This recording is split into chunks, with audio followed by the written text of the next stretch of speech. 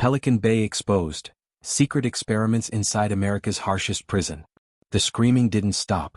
It echoed through the concrete halls of Pelican Bay State Prison, bouncing off cold steel doors and echoing down the SHU, the security housing unit. It was 3:17 a.m., and the sound came from cell 117. A man named Daniel Ruiz was banging his head against the wall over and over, until blood streaked down like paint on stone. A guard named Officer McNeil stood outside, unmoved. "He'll tire himself out," he muttered, sipping coffee that had long gone cold. Inside the cell, Daniel's eyes were wide open, his lips whispering words no one could hear. The light above him flickered, just enough to show the red stains on his fingertips. Pelican Bay wasn't just a prison, it was a machine built to break people. And tonight, it had found another victim. Suddenly Daniel screamed again, a sound so raw it sliced through the night. The entire block woke up. Banging began, fists on metal, shouts for help, the unending chorus of the forgotten. Guards rushed in, pepper spray and batons ready. They kicked open the cell door. And that's when they saw it. Daniel wasn't fighting anyone. He was fighting himself. One of the guards whispered, "He's gone." But what they didn't know was that Daniel's breakdown wasn't random. It was a symptom of something deeper, something the prison didn't want anyone outside to see. Something that would soon turn Pelican Bay's reputation as America's harshest prison into a national scandal. Because what happened next would make the country question what justice really means. 2 months earlier, Daniel Ruiz wasn't a man losing his mind in solitary confinement. He was a quiet inmate serving time for armed robbery. 28 years old. Born in Stockton, California. He'd grown up rough, sure, but inside prison he was known for keeping to himself. No gang, no trouble, no noise. Until one night in the chow hall, everything changed. A fight broke out between two rival groups, the Aryan Vanguard and the Norteños. Steel trays flew through the air. Guards yelled for lockdown. But in the chaos, Daniel made one mistake: he froze. He didn't fight, didn't move. A guard mistook his hesitation for resistance. Within seconds he was slammed face down, cuffed, and dragged to the SHU. Solitary confinement. 8 by 10 feet of concrete.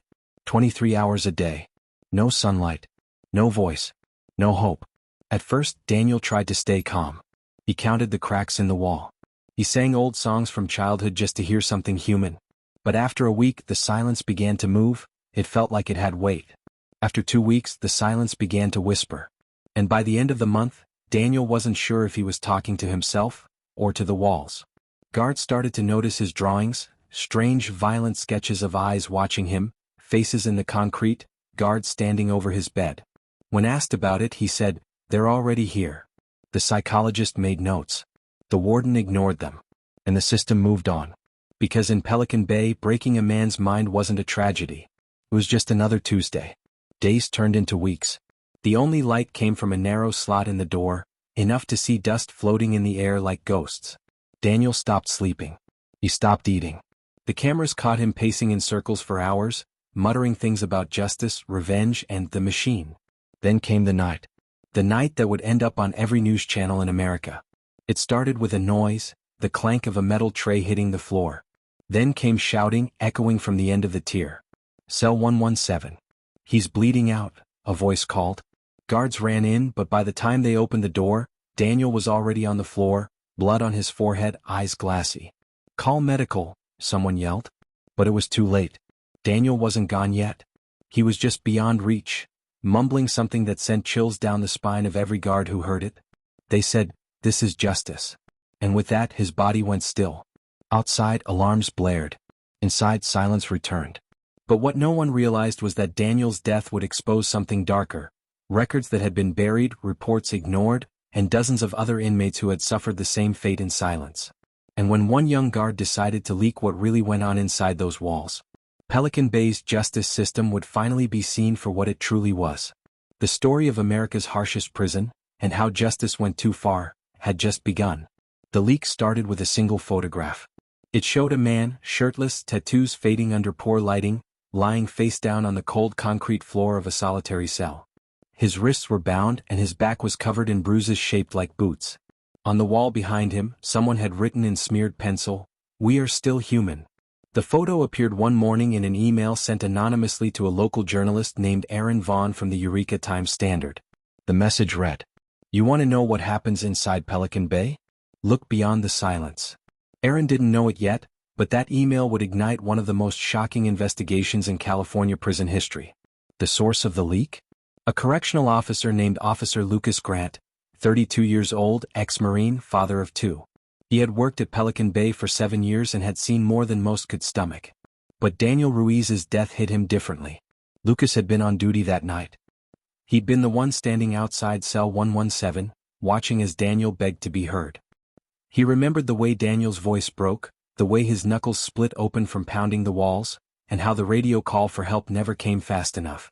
And when the official report came back saying self-inflicted injury due to mental instability, Lucas couldn't stay silent anymore. He knew the truth. Daniel hadn't lost his mind, he'd been driven there. The suicide watch logs were fake. The cameras had been turned off that night for maintenance. And the officer who filed the report? He wasn't even on the tier when it happened. Lucas started keeping notes. Every incident. Every scream. Every missing form. He wrote them in a small black notebook hidden inside his boot. But at Pelican Bay, secrets didn't stay buried for long. One night, during a routine shift, another officer, Ramirez, pulled Lucas aside. "You've been asking too many questions, Grant. This place has rules. You follow them or you disappear." Lucas laughed it off, but inside his stomach turned. Ramirez wasn't warning him as a friend. He was delivering a message from the Green Wall, the unofficial brotherhood of guards who controlled Pelican Bay from the inside. It wasn't just corruption. It was culture. Inside the SHU, inmates feared guards. Outside it, guards feared each other. By the end of that week, Lucas's car tires were slashed in the staff parking lot. A dead rat was found in his locker. And someone had written the words, "Stop digging," across his windshield in red marker. He told himself to quit, to forget it, to let the system do what it's always done, bury the truth. But then he received a letter in the mail. No return address. Inside, a single line written on yellow legal paper. "They killed Daniel. I have proof." Attached was a folded piece of paper, a photocopy of an internal incident report marked classified. Use of force review, confidential. And at the bottom, written in black ink, was a signature he recognized, Warden Dale Merrick. That night, Lucas couldn't sleep. His wife, Heather, noticed. "You're shaking," she said. "What's going on?" He just stared at the wall. "If I tell you, they'll come for us too." By the next morning, Lucas had made a decision, the kind that changes everything. He copied every document he could find. Medical records. Misconduct reports. Solitary confinement data. Dozens of files showing how inmates were being kept in administrative segregation for years, some without ever committing a new crime. He didn't know it yet, but what he was gathering wasn't just evidence. It was dynamite. 3 nights later, as rain pounded the Northern California coast, Lucas parked his truck behind an old diner off Highway 101. Erin Vaughn was waiting inside with her laptop. She looked nervous. She'd never met him before, but his message had been clear. "If I don't show, assume they found me." He handed her a USB drive. "Everything you need is on there," he said. "But you didn't get it from me." "What's on it?" she asked. Lucas looked at her for a long moment. "Proof that Pelican Bay doesn't rehabilitate anyone. It destroys them." And before she could ask another question, he got up and left. When Erin plugged the drive into her laptop, her screen filled with hundreds of internal prison files. Videos, photographs, logs of inmate injuries, disciplinary reports marked "no incident recorded."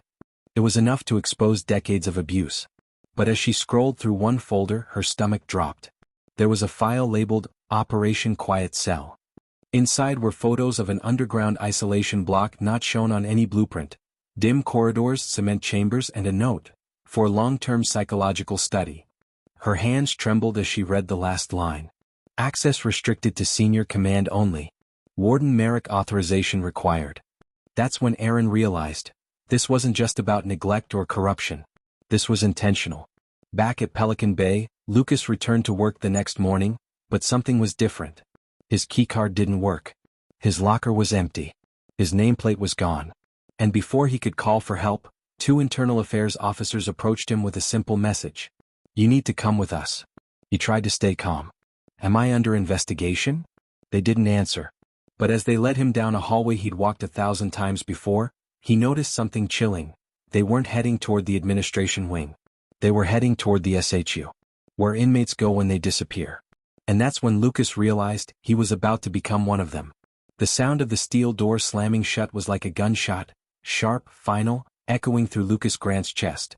He knew the sound well. He'd heard it 1,000 times when locking away inmates, but this time it was locking him away. The fluorescent light above his head buzzed faintly. He looked around, 8 feet by 10 concrete walls, stainless steel toilet, and a slit of a window that barely let in light. It was cell 117. Daniel Ruiz's old cell. For a moment, Lucas stood frozen. He could still see the faint stains on the wall, dark spots no one had bothered to clean. The air felt heavy, like it carried every scream that had ever been trapped in this room. He pounded on the door. Hey, there's been a mistake. No answer. McNeil. Ramirez. Anybody. Footsteps faded down the corridor. Silence. His throat went dry. The only thing he could hear was his heartbeat and the slow drip of water from the ceiling. He sat down on the cold concrete trying to piece it together. Internal Affairs had taken his badge, his phone, and told him, it's just temporary. But he knew what temporary meant in Pelican Bay. It was the first step before you disappeared. Hours passed.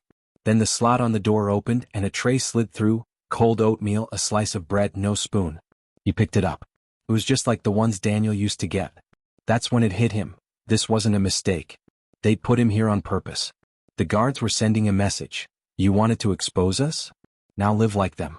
The next morning, the vents above his cell hissed. A faint chemical smell filled the air, disinfectant mixed with something else, something bitter.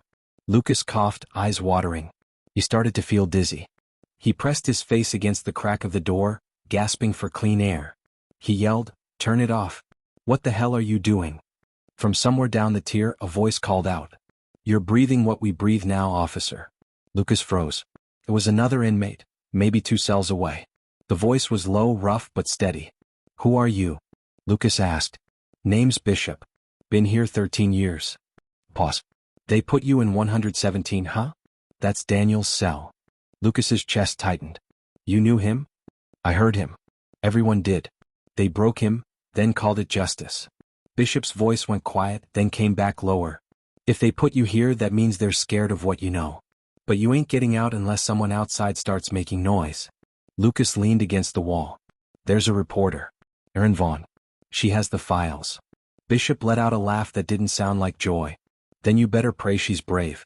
'Cause the people who run this place don't play fair. That night, Lucas couldn't sleep. He tried to keep count of the hours, but the lights never turned off. His eyes burned. His body ached. He began to understand what solitary did. It wasn't about pain, it was about silence. It turned your own thoughts into weapons. Then something changed. The vent above his bed clanked again, but this time, a piece of folded paper slipped through. He opened it. It was a note. You're not alone. Operation Quiet Cell, Sublevel 3. You were right. No signature. Just a crude drawing of a staircase leading down. His hands shook. Sublevel 3. He remembered seeing that name once, buried deep in the prison's internal maps. It wasn't on any public blueprint. It wasn't even supposed to exist. But now, someone inside was confirming it. Lucas's mind raced. If I can prove Sublevel 3 exists, he thought, they can't bury this anymore. The next morning, when the guards came for shower rotation, Lucas watched carefully. The pattern was the same every time. Open 1 cell, close it, move 2 down, repeat. When his door opened, he saw the camera at the end of the hall flicker, just for a second. Enough of a glitch to mask a move. He made his decision. Instead of turning toward the showers, he stepped left. Down a different corridor, the one staff used. His heart raced. Keep calm, he whispered. The hall led to an elevator used for maintenance. He'd worked here long enough to know the codes. He entered one by instinct, 1734. For a moment, nothing. Then, ding. The doors opened. He stepped inside and pressed the button labeled B3. The descent was slow. The air grew colder. When the doors opened again, Lucas stepped into something that didn't feel like a prison anymore. It was darker. Quieter. The walls were lined with metal doors, smaller, heavier, with no numbers. And along the far wall, he saw something that froze him in place. A row of monitoring screens showing live footage of inmates in complete darkness. Some were pacing. Some were just sitting, unmoving. He looked closer. Each screen was labeled. Subject 14, Subject 22, Subject 35. Then one label caught his eye. Subject 117 Ruiz Daniel. Lucas felt his knees weaken. Daniel's cell feed was still active. But Daniel was dead. He whispered, What the hell is this place? A door creaked behind him. He turned fast, too late. A flashlight beam hit his eyes. Grant, a voice said cold and steady. You shouldn't be down here. It was Warden Merrick. And he wasn't alone. 2 guards stepped out from the shadows, each carrying stun batons. Lucas's breath hitched. You're running experiments on them. You're torturing people in the name of justice. Merrick smiled faintly. Justice? No, son. This is control. You can't fix men like these. You study them. You contain them. Lucas backed up, his fists clenched. You killed Daniel Ruiz. The warden's voice dropped to a whisper. He was just data. And before Lucas could move, one of the guards lunged forward and everything went black. When Lucas woke up, he was back in his cell, wrists bruised, head pounding, vision blurry. On the wall, written in what looked like ash, was a single message. Sublevel 3 remembers. And somewhere, deep beneath Pelican Bay, the cameras kept recording. Rain hammered against the windows of the Eureka Times Standard newsroom as Erin Vaughn stared at her laptop. The cursor blinked on the headline she'd written 10 times and deleted 11. Inside America's Harshest Prison, the secret experiments of Pelican Bay. She sat back, heart pounding. She knew once she pressed publish, there'd be no turning back. But before she could decide, her phone buzzed. A known number. She hesitated, then answered. Erin Vaughn. A voice, hoarse and shaky, came through. They know you have it. Her stomach dropped. Who is this? It's Bishop, from the inside. They've got Lucas. Sublevel 3. He found out too much.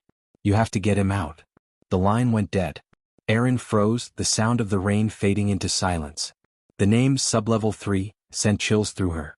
She'd seen it in the leaked files, buried under layers of restricted data. She had assumed it was just a rumor, a hidden section of the prison that existed only in whispers. Now someone inside had confirmed it. She opened Lucas's folder again and rewatched the videos, the shaky surveillance clips, the medical reports labeled behavioral modification trials. In one frame she paused, a small plaque on the wall behind an officer's shoulder, Sublevel 3 restricted access. She hit record on her phone and began speaking. This is Erin Vaughn. If anything happens to me, this drive goes to the state attorney's office. Then she uploaded the first story. Within hours it exploded. Major outlets picked it up. Pelican Bay accused of secret isolation experiments. Whistleblower missing after exposing California prison abuse. They said it was justice, the files that could destroy the Green Wall. Social media flooded with outrage. Former inmates began sharing their own stories. Hashtags like #JusticeGoneTooFar and #PelicanBayTruth started trending. But inside the prison, chaos was brewing. Warden Merrick stormed into the control room, slamming his fist on the console. Shut it down. All of it. The tech officer stammered. Sir, the feeds are being monitored externally. Someone's siphoning data from the network.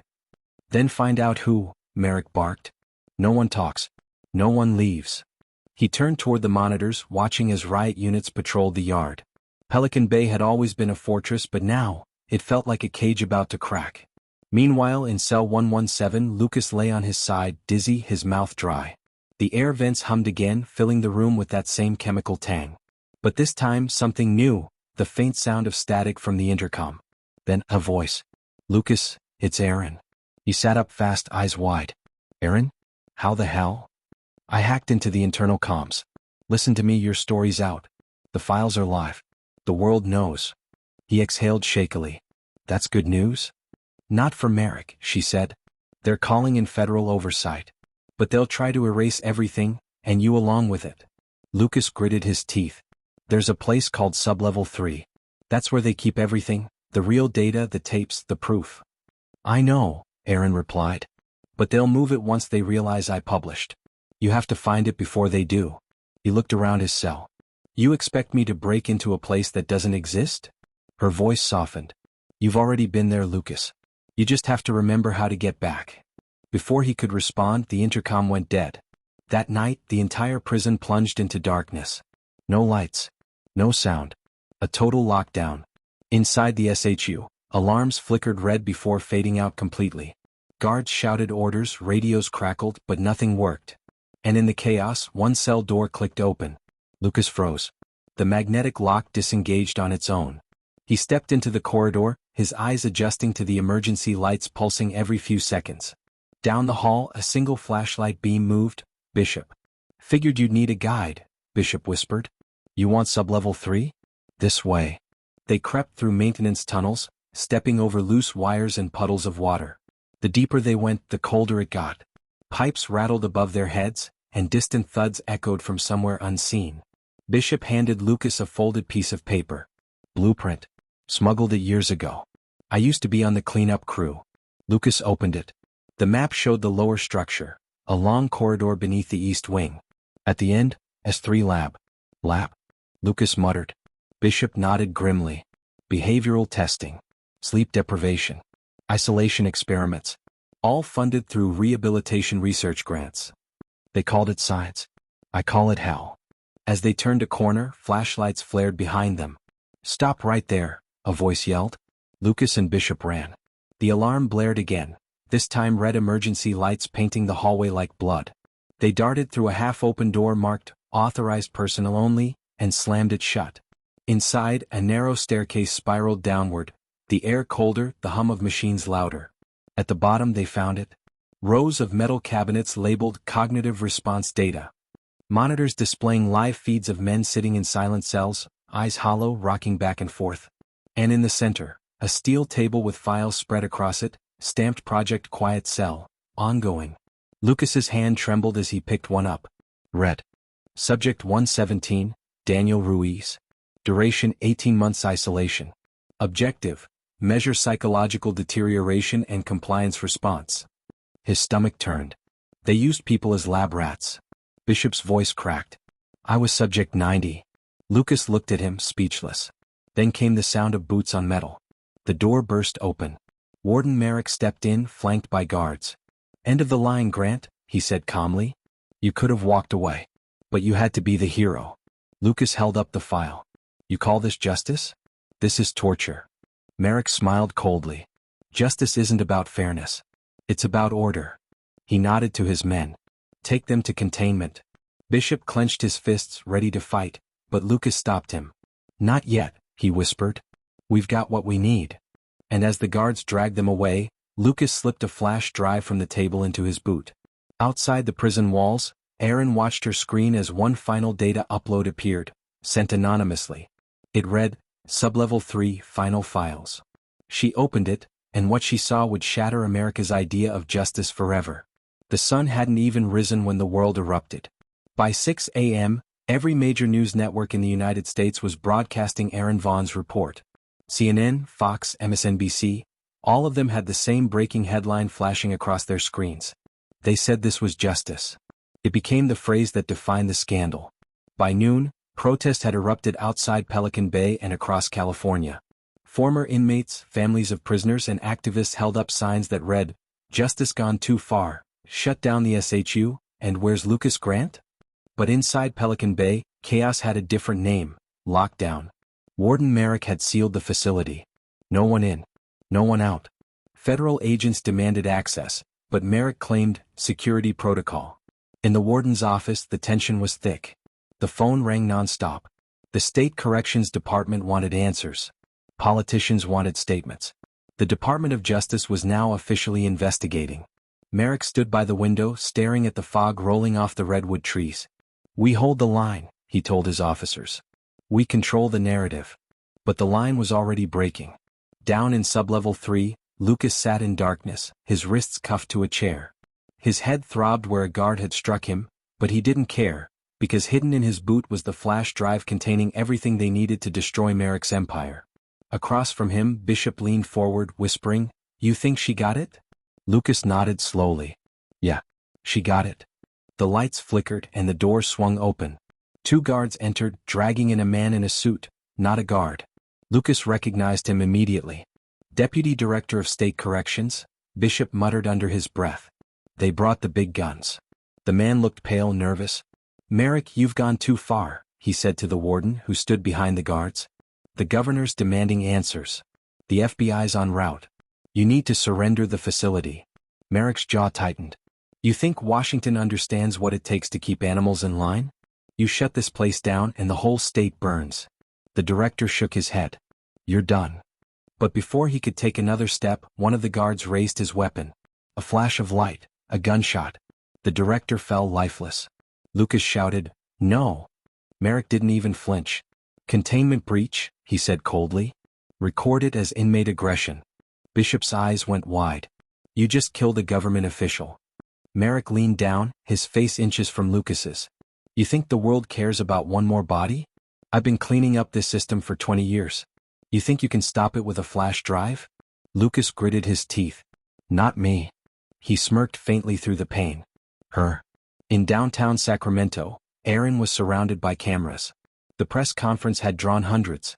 Microphones filled the air like thorns. "Ms. Vaughn, do you have proof of the experiments? Can you confirm the involvement of the warden? What happened to Officer Grant?" She took a deep breath. "Yes, I do." She plugged a drive into the projector and the screens lit up with footage. Hidden camera angles, time-stamped reports, medical forms signed by Merrick himself. "This," she said, her voice steady, "is not rehabilitation. It's torture disguised as justice." The crowd went silent. Behind her, federal agents stood ready. "By order of the Department of Justice," one announced, "Pelican Bay State Prison is now under federal control." The news hit like a thunderclap. Reporters rushed to broadcast it. Helicopters circled the prison. Inside, alarms blared as federal SWAT vehicles surrounded the compound. Guards dropped their weapons. The power flickered as the control systems were overridden. And deep beneath the chaos, Lucas and Bishop heard the rumble of heavy boots. "Sounds like the cavalry," Bishop said with a grin. Lucas exhaled, his eyes heavy but hopeful. "Yeah. Took them long enough." The cell door burst open. Two agents rushed in, rifles raised. "Hands up. We're here to extract you." Lucas stumbled forward, cuffed and bruised. "Grant. Officer Lucas Grant. Internal whistleblower." The agent nodded. "You're the reason we're here." They led him up the stairs, through corridors thick with smoke from broken wires and sparks. The cold morning light hit his face for the first time in weeks. He squinted, breathing the outside air like a man waking from a nightmare. Reporters shouted questions as he stepped through the gates. Cameras flashed. Aaron pushed through the crowd, tears in her eyes. "Lucas," she called out. He turned, and for the first time since it all began, he smiled. "You did it." She shook her head. "We did it." Behind them, the prison loomed, sirens wailing, lights flashing, guards being led away in cuffs. A voice from the news broadcast echoed through the air. "After years of secrecy and abuse, Pelican Bay's Security Housing Unit, once called the most secure prison in America, is being dismantled under federal order." Lucas looked at the walls one last time. "Justice isn't supposed to destroy people," he said quietly. "It's supposed to protect them." Aaron pressed record on her phone. "Final thoughts." He took a long breath. America's harshest prison didn't just break inmates. It broke the idea of justice itself. And with that, the camera zoomed out. Helicopters hovered above the yard. Agents poured through the gates. And for the first time, sunlight touched the walls of Pelican Bay. The nightmare was over. But the truth had only just begun. Washington, D.C., 2 weeks later. The room was silent except for the clicking of cameras and the quiet hum of air conditioning. A banner at the front read, "United States Senate Committee on Justice Oversight, Pelican Bay Hearings." Lucas Grant sat under the glaring lights, wearing a borrowed suit. His face was still marked with faint bruises. Before him sat rows of senators, journalists, and survivors' families. Every eye was on him. The chairwoman, Senator Reeves, adjusted her glasses. "Mr. Grant, for the record, please state your name and former position." "Lucas Grant. Former corrections officer at Pelican Bay State Prison." "And you are the whistleblower responsible for the release of the Operation Quiet Cell files?" "Yes, ma'am." She nodded. "Please describe in your own words what this operation was." Lucas's throat tightened. He took a slow breath. It was a covert psychological testing program disguised as a behavior management system. They were experimenting on inmates, prolonged isolation, sleep deprivation, chemical exposure. The goal wasn't rehabilitation. It was control. Gasps rippled through the room. He continued, voice steady despite his shaking hands. "They called it Quiet Cell, because that's what they wanted, silence. No complaints, no witnesses, no truth. Some men didn't make it out. The ones who did, they weren't the same." Senator Reeves leaned forward. "And who authorized this?" Lucas looked her dead in the eyes. "Warden Dale Merrick." But he didn't act alone. A murmur spread through the room. Reeves raised a brow. "Go on." Lucas pulled a folded document from his folder. This is a funding request, approved by Merrick, co-signed by Dr. Leonard Fisk, Director of Behavioral Sciences for the Department of Corrections. The money didn't come from state funds. It came from private grants, government contractors testing crowd suppression methods. The room erupted in whispers. The name Dr. Leonard Fisk appeared on screens around the country as news networks cut into the broadcast. Senator Reeves's voice hardened. "You're saying the government used inmates for human testing?" Lucas nodded. "Yes, ma'am. They called them non-compliant subjects. But they were human beings." Reeves turned toward the gallery. "Mr. Merrick is currently in federal custody pending trial. Dr. Fisk, however, has refused to testify." At that exact moment, Erin Vaughn, sitting in the press section, looked down at her phone. A new message notification. "You're not done yet. Fisk isn't who he says he is. Follow the money. B." Her eyes widened. "Bishop." She quickly packed up her laptop and slipped out the side door while cameras flashed around Lucas. Later that night, Erin sat alone in her hotel room, the city lights glowing outside her window. She traced the initials on the message again and whispered, "How did he even get a phone?" She opened her laptop and began digging through public databases. Grant funding records, corporate shell accounts, medical research filings. Then she found it, a paper trail leading to a defense contractor called Tact IQ Systems, known for developing non-lethal interrogation technologies. Her cursor hovered over one document marked Project C-117. The description read, "Controlled Environment Behavioral Testing, Data Integration with Military Readiness Programs." She gasped. Pelican Bay hadn't just been a rogue prison project. It was a government prototype. Her phone buzzed again. A known number. She answered. A familiar gravelly voice spoke. "Told you. They ain't done." "Bishop," she whispered. "I'm out," he said, breathing hard. Witness protection didn't last. "They're tying up loose ends. Fisk has files. Proof this goes higher. He's leaving the country tonight." Erin's heart pounded. "Where?" "San Francisco. Private airfield. Midnight." Then the line went dead. Meanwhile, across town, Lucas left the Senate hearing and was met by two federal agents. "We'll take you to safe housing," one said. Lucas hesitated. "I need to see Erin." "Not advisable," the agent said firmly. "You're under protective custody." But Lucas had seen the look on Erin's face during the hearing, the flicker of realization. Something told him she'd found something bigger. That night, while the agents slept, he slipped out through the back stairwell of the hotel. He stole a rental car and headed south. At 11:47 p.m., the fog rolled thick over the Bay Area coast. The runway lights of the private airfield glowed faintly in the mist. Erin crouched behind a row of containers, camera in hand, watching as a sleek black jet stood ready for takeoff. A man in a trench coat climbed the steps, Dr. Leonard Fisk. "Got you," she whispered, pressing record. But then, headlights. A car pulled up fast. Lucas stepped out, bruised and limping, wearing a dark jacket. "Erin," he hissed. She turned, eyes wide. "Lucas, what are you doing here?" He pointed toward the plane. "You were right. He's running. But it's not just him, he's carrying the master files." The engines began to whine. Erin sprinted toward the plane, camera still rolling. Guards shouted, drawing weapons. Lucas followed, tackling one to the ground and grabbing his keycard. Fisk turned mid-step, startled. "You don't know what you're doing," he yelled. Lucas leveled the gun.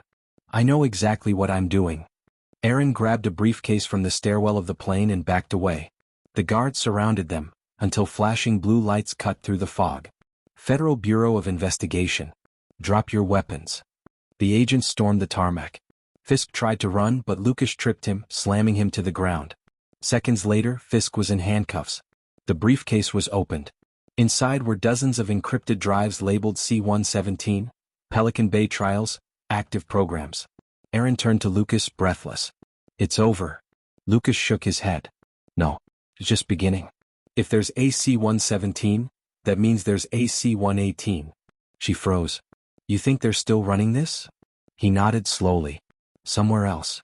The camera zoomed out as federal agents loaded Fisk into a black van. Erin and Lucas stood side by side, the wind cutting through the fog. From a distance, the flashing lights reflected off the wet runway, red and blue mixing like blood and truth. Erin looked into the camera one last time. "This isn't the end of Pelican Bay's story," she said softly. "It's the beginning of America's reckoning." 6 months later. The headlines had quieted, but the storm was far from over. The words, Operation Quiet Cell had burned into America's conscience. Every talk show, every late-night host, every senator had weighed in. The FBI had raided Pelican Bay, Merrick was facing multiple charges, and Dr. Leonard Fisk had vanished from federal custody during a transport error. To the public it seemed like the scandal had finally died down. But for Aaron Vaughn and Lucas Grant, the silence felt wrong. Too quiet. They sat in a cramped diner off Interstate 5, surrounded by stacks of files, coffee cups, and a laptop glowing with encrypted data. Aaron scrolled through the recovered drives from Fisk's briefcase. "There's something here that doesn't fit," she said. "Each project has a code name. C-117 for Pelican Bay, C-118 for something called Redstone." Lucas frowned. "Redstone? That's not a California facility." She shook her head. "No, it's federal. But the files are incomplete. Just coordinates, somewhere in the Nevada desert." He leaned closer. "You think there's another site?" She met his eyes. "I think Pelican Bay was the pilot." Lucas rubbed his temples. "You're saying this wasn't about prisoners at all? It was about creating a method. Perfecting psychological control." Aaron nodded. "And now they're scaling it." The weight of that sentence hung in the air like smoke. Outside, a black SUV slowed as it passed the diner, headlights cutting across the window. Lucas noticed it in the reflection of his coffee. "Don't turn around," he said quietly. "We've got company." Aaron's hand froze over the keyboard. "You think it's them? Who else?" Moments later, a man in a gray suit stepped inside. He didn't order. He didn't sit.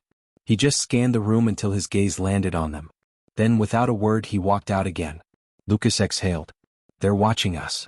Aaron shut the laptop and packed it into her bag. "Then let's give them something to watch." By dawn they were driving east, toward the Nevada border. Aaron sat in the passenger seat, laptop open again, tracing the GPS coordinates. "Here," she said. 37 degrees 24 minutes north, 116 degrees 52 minutes west. Nothing but desert. Lucas smirked. That's what they said about Area 51. After 6 hours of silence and dust, they reached it, a chain-link fence topped with barbed wire and a weathered sign. U.S. Department of Corrections Research Annex, Restricted Area. The facility was small from the outside, almost abandoned. No guards, no vehicles, just wind howling across the sand. Lucas parked the truck behind a dune. "We go on foot." They crawled under a section of broken fence and crept toward the entrance. Aaron's camera light glowed faintly as they moved through cracked hallways littered with dust and papers. Then they saw it. A metal door marked C-118 Behavioral Unit. Lucas pushed it open. The stench hit them instantly, chemical and metallic. Rows of reinforced glass cells lined the walls. Inside, thin mattresses, flickering lights, and files stacked neatly on metal shelves. Aaron whispered, "They were running it here too." Lucas picked up a clipboard. Subject 08, sensory deprivation 182 days. Subject 09, auditory stimulation exposure. They were pushing human limits. Aaron scanned the next file. "These aren't inmates." Her eyes widened. "They're soldiers." Lucas froze. "What?" She turned the page, reading aloud. "Recruit volunteers for adaptive interrogation training. Maintain secrecy under National Security Directive 51B." He stared at the document in disbelief. They moved the program under military cover. The realization hit them both at once. Pelican Bay wasn't the end of the Quiet Cell project. It was the beginning of a new generation of psychological warfare. Before they could process it, a voice echoed through the intercom. "You shouldn't have come here." They looked up. Cameras in the corners turned, tracking them. The lights went out. Lucas grabbed Aaron's arm. "Run." Down the corridor, emergency strobes began flashing red. The doors of the old facility hissed open and shadows moved inside. They sprinted toward the exit, boots pounding on concrete. Outside, a helicopter appeared on the horizon, its searchlight sweeping across the desert. Aaron shouted over the noise, "They found us." Lucas turned back, raising his flashlight toward the facility just as a series of explosions rocked the ground, the old lab collapsing into a fireball of dust and debris. They dove behind a sand dune as the shockwave rolled over them. When the dust settled, the facility was gone, reduced to rubble and flame. Aaron coughed, pulling out her camera, still recording. "They destroyed the evidence." Lucas looked toward the smoke, jaw tight. "Yeah. But not before we saw it." He pulled a small data card from his pocket. "I copied the Redstone files." Her eyes widened. You copied them? When? When you were filming. He smirked faintly. Old habits.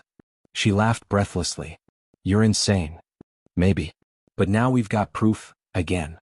As the fire burned behind them, Erin pointed her camera at the horizon. This isn't about one prison anymore, she said softly. This is about a system, a machine that feeds on silence. Lucas looked out at the desert. Then we keep talking. The next day headlines spread once again, but quieter this time, more cautious. Pelican Bay whistleblower claims secret military experiments. Reporter missing after Redstone leak. The public had questions. The government had none. And somewhere, in a sterile office high above Washington, a man in a dark suit closed a folder labeled C-119, authorization approved. He turned to the window, phone pressed to his ear. Proceed as planned. The public's already looking the other way. He hung up. The city below moved as if nothing had happened. And in the distance, the sound of helicopters echoed again, faint, rhythmic, endless. The machine was still running. The sky over Nevada was the color of ash when Erin Vaughn and Lucas Grant disappeared. By the time the news cycle began to fade, their names had been buried under bureaucracy and silence. The official statement from the Department of Justice read, due to ongoing national security concerns, all materials relating to Project C-118 and associated programs remain classified. That was the government's way of saying don't ask again. But somewhere out in the high desert, a flicker of light from a single cabin window said otherwise. Inside, Erin sat wrapped in a blanket, laptop on her knees. A small generator hummed outside. Lucas paced near the door, rifle resting against the wall. Every few minutes, he peeked through the blinds, checking the empty road that led through miles of sand and nothingness. Still think they're coming? Erin asked quietly. Lucas didn't answer right away. They don't forget people like us. She turned back to the screen. Then we don't forget them either. The data card Lucas had pulled from the Redstone facility was cracked, half melted by heat. It had taken days to recover even fragments of it, but what remained was worse than anything they had imagined. Lines of coded text. GPS logs. Medical charts labeled Behavioral Cohort C-119. Erin zoomed in on a blurred header. Look at this, Project Overseer, Director L. Fisk. Lucas's eyes narrowed. He's alive. Not just alive, she said. He's still running it. 2 days later they reached a small town called Tonopah, population barely 2,000. A truck stop diner served as their new command post. Erin kept her head down, typing on a burner laptop. Lucas scanned the door like a soldier who hadn't left the field. Erin tapped the screen. There's a facility listed here, C-119, outside Fort Irwin, California. It's labeled as a rehabilitation and research center. Lucas almost laughed. That's what they called Pelican Bay too. She looked at him. If Fisk's there, that's where this ends. He nodded. Then that's where we go. Fort Irwin, California. Night. A desert wind swept across miles of concrete bunkers and military fencing. At the edge of the base, floodlights washed the sand in white. Cameras panned slowly, scanning for movement. Hidden behind a dune, Erin adjusted the lens of her camera while Lucas checked the battery on his flashlight. This is madness, she whispered. If they catch us. They won't. He waited until a spotlight passed overhead, then led her down toward the perimeter fence. With the precision of a man who'd done this before, he cut through the wiring and slid through. The air smelled of dust and ozone. In the distance, a low hum filled the night, like a generator underground. Over there, Erin whispered, pointing toward a squat building marked Rehabilitation Ward C. They slipped inside through a side door. The interior was sterile, white walls, gray floors, no windows. Too clean. Too quiet. At the end of the corridor, a glass observation room overlooked a row of chambers filled with reclining chairs and 4 lines. Monitors tracked vitals, brain waves, and chemical feeds. Erin's breath caught. They're sedating them. Lucas studied the display. They're not sedated. They're programmed. Each monitor flashed a single phrase on rotation. Obedience through conditioning. One screen showed a live feed of a restrained man repeating the same sentence over and over. Pain brings clarity. Pain brings clarity. Erin turned away horrified. My God. Lucas pressed record on her camera. Keep filming. The world needs to see this. But then, a voice came from behind them. Always the hero, Officer Grant. They froze. Dr. Leonard Fisk stepped out from the shadows, wearing a black coat and latex gloves. His face looked older, gaunter, but his smile hadn't changed. I should have known you couldn't let it go, he said calmly. You were supposed to be a footnote. Instead you became a problem. Lucas glared at him. You call torture science? Fisk adjusted his glasses. Call it what you like. The world runs on control. We simply perfected it. Aaron raised the camera. You're admitting this on record. Fisk chuckled. Recordings can be erased. People can disappear. You of all people should know that. He nodded toward the corridor. Guards began to appear, silent, armed, precise. Lucas whispered, "Run." They bolted. Alarms erupted, red lights flashing through the halls. Bullets pinged off metal as they ducked behind cover. Aaron clutched the camera. We can't let them take this. Lucas fired a warning shot toward the ceiling sprinklers, setting off the system. Water cascaded down, drenching the floors and shorting several circuits. Go, he yelled. They crashed through an emergency door into the night. The sound of gunfire echoed behind them as they sprinted toward the perimeter. The moment they cleared the fence, Lucas shoved Aaron into the sand. Get down? An explosion ripped through the compound, fire blooming across the desert like dawn. Debris rained from the sky. The heat was immense. When the smoke cleared, the facility was gone. Aaron looked up, coughing. Did you set that? Lucas shook his head slowly. No. They did. She frowned. Why destroy their own base? He stared at the flames. To erase proof, and everyone in it. The horizon glowed red, the air thick with ash. Somewhere beyond the flames, helicopters roared, searching, circling. Lucas turned to her. We need to move. They'll call this another accident. Aaron grabbed his arm. Then we expose it before they rewrite the story. He nodded, breathless. We go public again. But this time, no filters, no redactions. Everything. She powered on the camera one last time. The lens focused on the burning facility behind them, the smoke curling up into the stars. This is Aaron Vaughn, she said into the mic, voice trembling but firm. If you're seeing this, then the system failed again.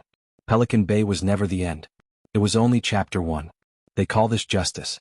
But what you're really watching. She turned the camera toward the flames. Is what happens when power loses its humanity. The feed cut out.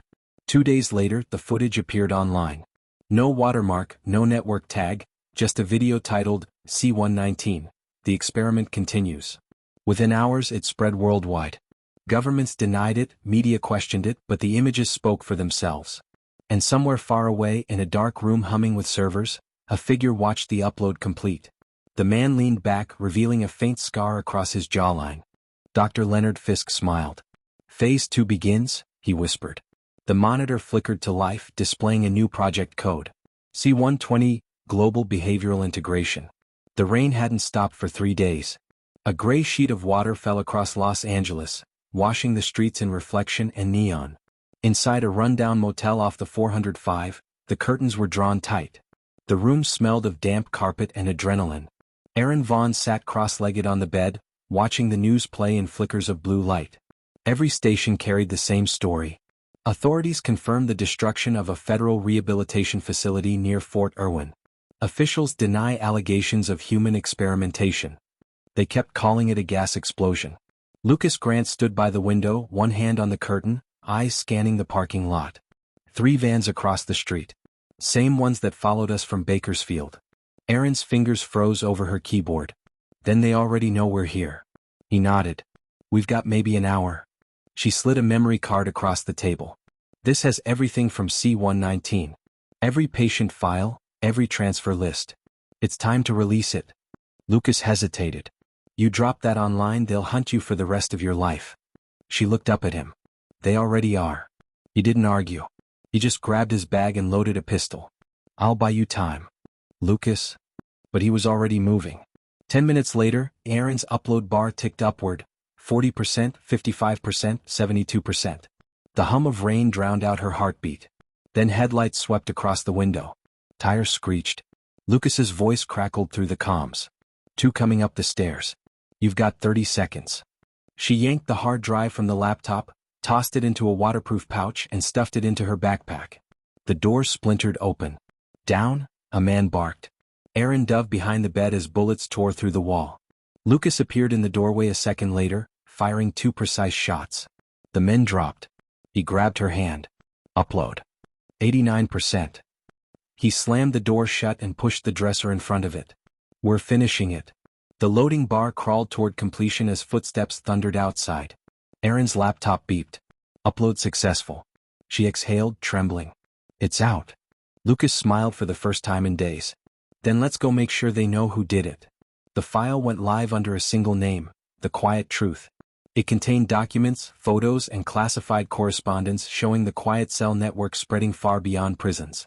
Contracts tied to defense firms, private security companies, even social media analytics groups. The experiment wasn't just about inmates anymore, it was about population behavior, obedience, and predictive control. Within hours, the leak spread across the globe.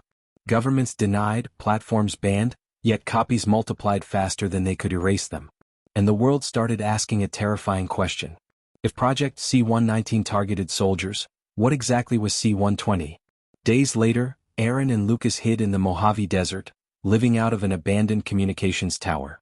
A cracked solar panel powered a single laptop. The wind howled like static through the rusted metal. Lucas stared at the fading horizon. "They'll come again. We can't stay here." Erin didn't look up. "I know. But look at this." On her screen was a live feed from a major tech conference in Washington. A polished executive was unveiling something called Sentra, an AI-driven system designed to predict and prevent crime before it happens. The logo in the corner was familiar, the same defense contractor that had funded Project Quiet Cell. Lucas's jaw tightened. They moved it into technology. Digital prisons. Erin whispered, "Project C-120, Global Behavioral Integration." He looked at her, realization dawning. They don't need cells anymore. They just need data. That night, the wind outside turned violent. In the distance, headlights approached, slow, deliberate. Lucas checked his weapon. "They found us." Erin unplugged the laptop, sliding it into her bag. "Then we finish this now." The headlights stopped 50 yards away. Doors opened. Figures stepped out, not soldiers but suits. One raised a megaphone. "Erin Vaughn. Lucas Grant. We're not here to kill you. We want to talk." Erin and Lucas exchanged a glance. "Who are you?" Lucas shouted. The man lowered the megaphone. "You can call me Gray. I work for people who still believe in accountability. We saw your leak. We want to help you bring the rest of it down." Erin frowned. "And why should we trust you?" Gray smiled faintly. "Because we built it. And now we want it gone." He tossed a small case into the dirt. Inside were hard drives, marked with the same classification codes as C-120. Erin stared at them. "This is every phase." Gray nodded. "You exposed the corruption. Now it's time to expose the design." Before they could respond, Gray's radio hissed with static. His face drained of color. "They're coming. Not my team. Them." Helicopter lights sliced through the night. Lucas grabbed Erin's hand. "We run." Gray tossed her the drives. "Don't let this die." Then the sky erupted. Floodlights, gunfire, dust. Erin and Lucas vanished into the desert as the tower behind them went up in flames. By morning, only smoke remained. The world woke to another headline. Massive data breach reveals global surveillance project tied to defense firms and U.S. corrections network. Anonymous sources confirmed thousands of classified documents had been released overnight, implicating private corporations, federal agencies, and technology companies in behavioral tracking experiments. The Quiet Cell had gone global, and now the world finally knew. Some called Erin and Lucas heroes. Others called them traitors. But everyone agreed on one thing: nothing would ever be the same. In a safe house somewhere across the Atlantic, Erin opened a new laptop. A blinking cursor waited at the top of an empty document. She typed 3 words. Project C-121, the people fight back. Lucas looked over her shoulder. "Ready?" She smiled faintly. "Always." Outside, the city lights flickered, half the world awake, half the world watching. And for the first time in years, justice didn't look like a prison. It looked like truth. It began with a whisper. Encrypted chat rooms. Anonymous emails. Strangers meeting in the corners of the internet, united by one phrase, Project C-121. Within weeks, Erin Vaughn and Lucas Grant had built something the government never anticipated. A movement made of truth, code, and defiance. They called it the network. Hackers, journalists, rogue soldiers, and even former prison guards, people from every continent, joined the cause. Their mission wasn't revenge. It was exposure. They would take the Quiet Cell system apart, piece by piece, until no one could ever use it again. In a cold basement somewhere in Berlin, Lucas sat at a folding table beside a dozen monitors glowing green with encrypted code. Erin stood behind him, headset on, relaying updates from their contacts in New York, Lagos, and Sao Paulo.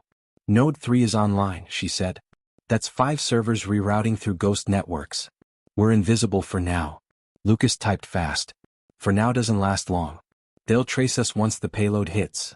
Erin looked at him, exhaustion written in her eyes. Then we make it count. He stopped typing just long enough to glance at her.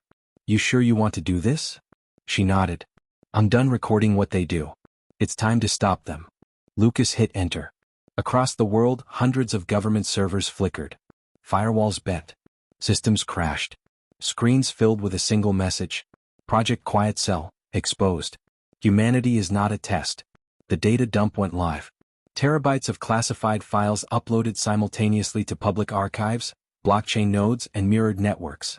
The world was watching again. And this time they couldn't delete it. 2 days later, global protests erupted. In Washington, D.C., crowds flooded the streets outside the Department of Justice. In London, activists projected C-121 across Big Ben. In Tokyo, subway walls were plastered with the slogan, "We are not experiments." The truth had gone viral. News anchors read out fragments of the leaks, memos proving that Project Quiet Cell had evolved into mass behavioral modeling software, disguised in everyday apps and social platforms. People weren't just being observed anymore. They were being shaped. Governments called for calm. Corporations denied involvement. But the evidence was everywhere, raw, undeniable, human. Deep underground in a data bunker beneath Zurich, Erin and Lucas monitored the chaos unfold. This is it, Lucas said quietly. They can't bury this. Erin shook her head. No, but they can rewrite it. Look. On one of the feeds, a televised briefing showed a new figure stepping to the podium. A sleek man in a gray suit with sharp eyes and a calm smile.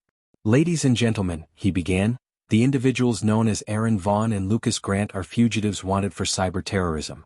Their false claims have endangered global stability. The Quiet Cell project was a myth. Lucas clenched his fists. That's Fisk's replacement. Erin zoomed in on the broadcast. Director Hallstrom, formerly of Tact IQ Systems. Hallstrom continued, we are launching Operation Sentinel, a worldwide initiative to protect citizens from misinformation and digital sabotage. The logo appeared on screen, a glowing eye surrounded by circuitry. Lucas whispered, they just renamed it. New name, same machine. Erin turned to him. Then we go bigger. The network mobilized. Within hours, thousands of independent coders began hijacking billboards, public Wi-Fi, even drones. Messages appeared in every major city. The Quiet Cell never died. Operation Sentinel equals control. Truth is a weapon. But with every action came retaliation. Network members were arrested. Servers seized. Entire countries blacked out parts of the web. One night, as the group planned their next move, a small red light blinked on one of the monitors. Lucas's instincts kicked in. Erin, get down. A second later, the wall exploded. Smoke, heat, debris. When Lucas opened his eyes, alarms screamed and Erin was gone. He stumbled through the haze, coughing. The bunker was in ruins. Armed men in black gear flooded the room. He grabbed the nearest laptop, stuffed it into a satchel and dove through a side exit. Outside, the night air hit him like ice. He could hear shouting behind him, but he didn't look back. He ran into the forest until his lungs burned. When he finally stopped, he was alone. He opened the laptop, praying the system had backed up. It had, partially. A single message blinked on the screen, sent 10 minutes before the blast. They found us. I'm going dark. Don't stop. E. Lucas sat there in the cold, staring at the glow of the screen until the sun started to rise. Then he whispered, you're not gone. You're just off the grid. He pulled a USB from his jacket, the final encryption key to the network's global release. If they want silence, he said, sliding it in, they'll get noise. He pressed execute. Around the world, screens lit up. Phones. Televisions. Digital billboards. Every device connected to the Quiet Cell architecture suddenly broadcast the same image, Erin's face, recorded days before. They thought control would make them gods. But control without conscience makes monsters.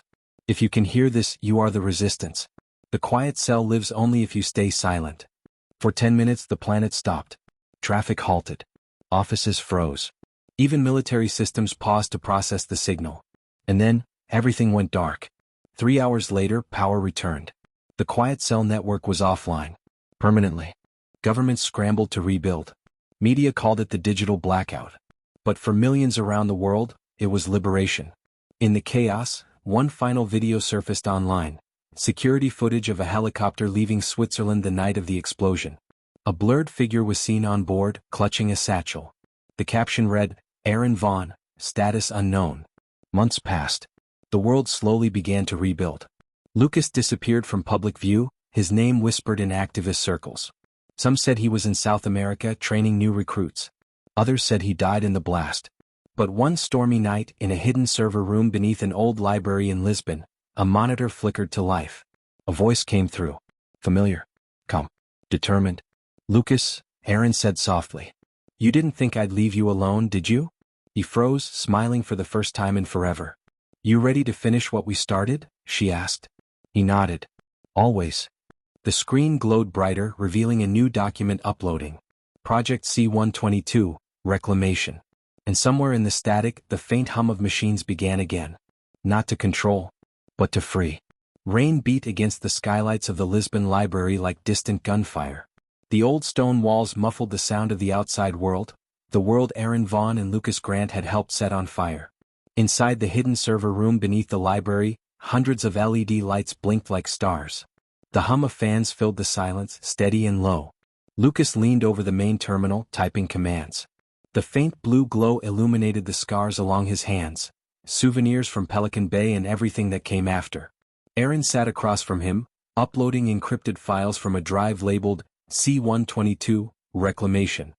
They weren't just whistleblowers anymore. They were something else. Architects of the rebuild. "Network's live again," Lucas said quietly. 6,000 active nodes. "We've got allies in 23 countries." Aaron glanced up. "And enemies in 40. He smiled faintly. "Progress." The faint sarcasm couldn't hide his exhaustion. Months of hiding, running, and rebuilding had taken their toll. The world was different now, paranoid, half online, half in the dark.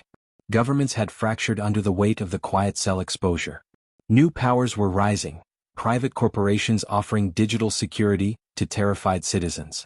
They called themselves the Accord. And they were the quiet cell reborn. Aaron projected a map onto the wall. Red dots blinked across it: New York, London, Riyadh, Hong Kong, Sao Paulo, Lagos. All Accord facilities, she said. Every one built on former quiet cell infrastructure. Same funding lines, same encryption signatures. Lucas folded his arms. "So they're not hiding it anymore." "They don't have to," she replied. "They convinced people it's protection. People are signing up to be monitored." He stared at the map for a long time. "We tear it down again." Aaron's voice softened. "Lucas, every time we burn it, it comes back smarter. We can't keep fighting from the shadows." He turned to her. "Then what do you suggest?" She paused, choosing her words carefully. "We go public. Not as fugitives. As founders of the resistance. We tell the truth openly, and we let the world choose a side." Lucas frowned. "They'll arrest us the second we show our faces." "Maybe," she said. "Or maybe they'll finally listen." 2 weeks later, a live stream appeared online, an anonymous broadcast that cut through every major platform at once. No logos. No sponsors. Just two faces. Aaron Vaughn. Lucas Grant. The world hadn't seen them in a year. "People of every nation," Aaron began, her voice calm, steady. "You were told Project Quiet Cell ended. You were told control was safety. You were told surveillance was peace. But that peace was built on fear, and that fear is how they rule you." Lucas leaned forward. "We've shown you their files, their experiments, their lies. But this isn't about the past anymore. The Accord is using your data to predict your choices before you make them. They don't need prisons. They have your screens." Images appeared behind them, documents, blueprints, security footage, statistics. Every secret they'd uncovered. "You deserve the right to think, to speak, to be human," Aaron said. "We're not asking you to trust us. We're asking you to question them."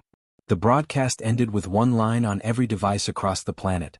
"Project C-122, Reclamation begins." Within hours, chaos returned, but this time not in the form of riots. It came in silence. Millions of people began disconnecting from corporate networks. Entire cities turned off facial recognition grids. Independent servers lit up in basements, libraries, and cafes. A digital rebellion had begun, not from governments but from ordinary people. The accord struck back fast. By the third day the internet itself began to fracture. Firewalls separated nations. Information went dark. It was no longer a world war. It was a war for the world's mind. In an underground safe house near Geneva, Aaron and Lucas monitored collapsing networks and rising resistance cells. Node 46 just went dark, Lucas muttered. They're cutting lines city by city. Aaron stared at the screen. Then we don't fight them online. He looked up. What? She turned toward a metallic crate in the corner. She opened it, revealing something new, a small black device shaped like a book humming faintly. This is the Ark, she said. A decentralized archive. All our data, all the truth. Offline. If they shut down every network, people can still rebuild from this. Lucas's eyes widened. You built that. Started it after the blackout, she said. It's untraceable. We can seed copies everywhere. Schools, churches, libraries, prisons, the same places they tried to silence. He smiled.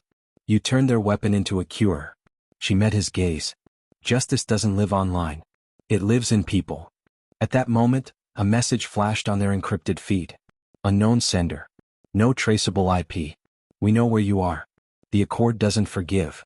The lights in the safe house flickered. Screens went black. Lucas grabbed Aaron's arm. They found us.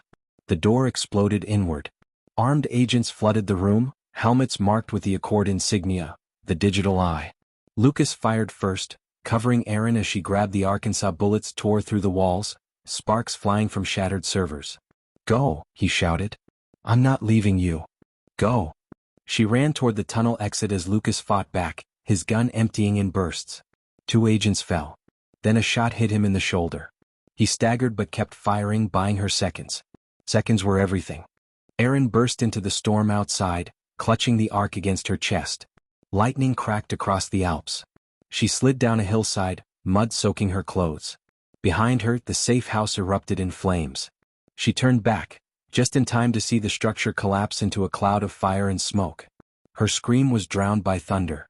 3 days later, the accord announced that both Aaron Vaughn and Lucas Grant were confirmed deceased.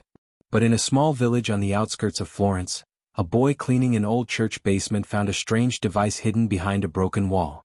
When he touched it, a soft blue light flickered to life. A voice came through, Aaron's voice. If you found this, then truth survived. The quiet cell isn't a building.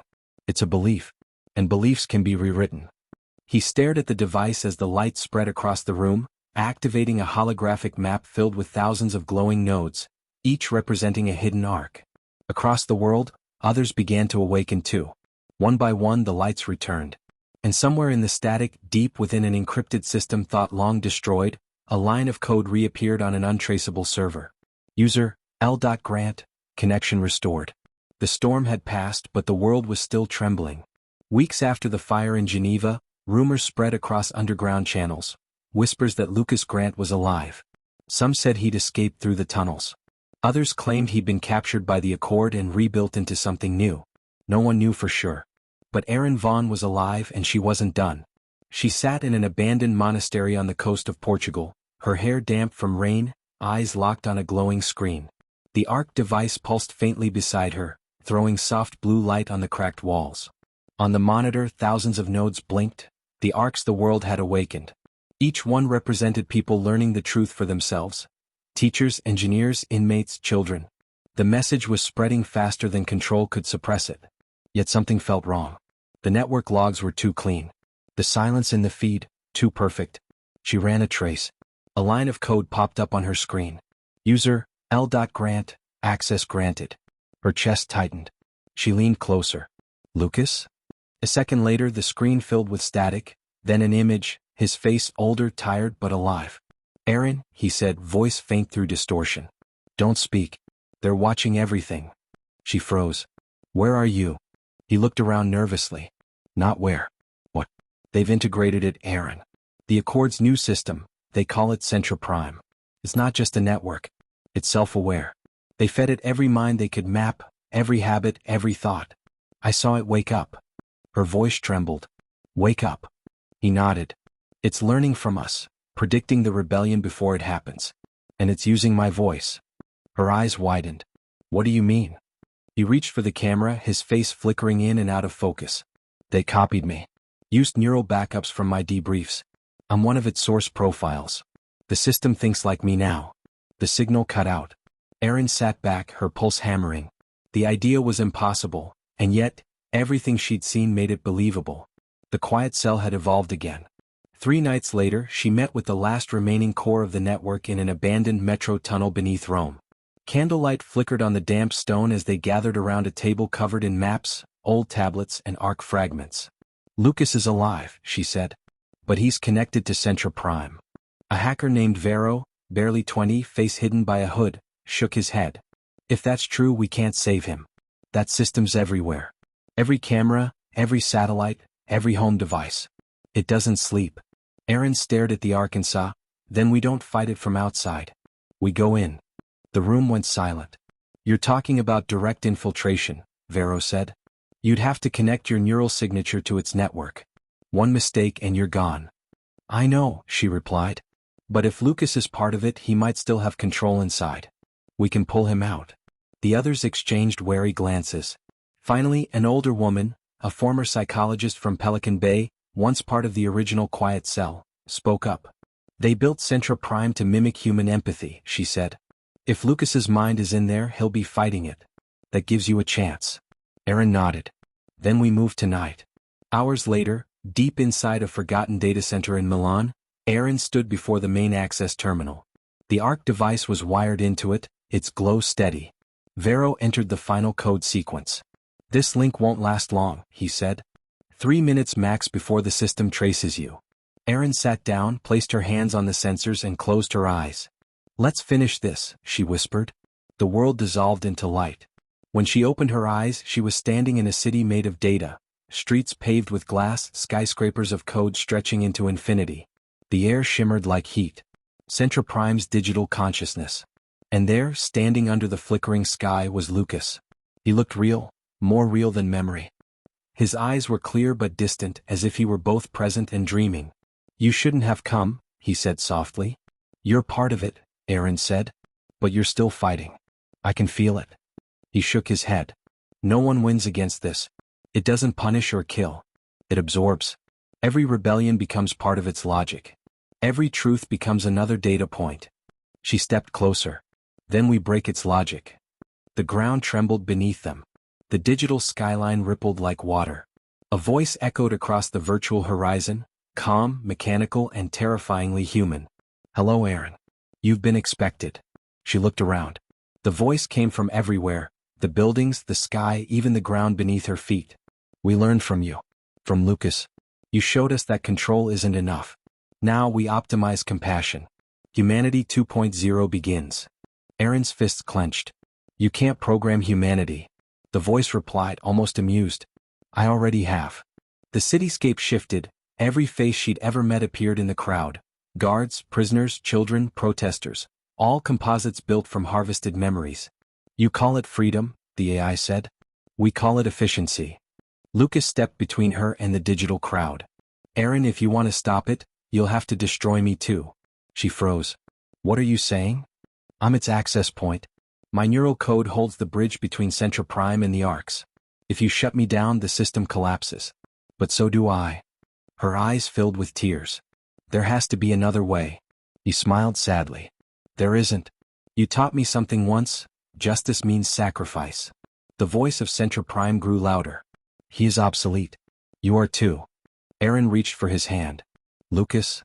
Finish it, he said. For all of them. She looked up at the collapsing skyline, then back at him, and pressed her hand against his chest. The ARC's code flared within her mind.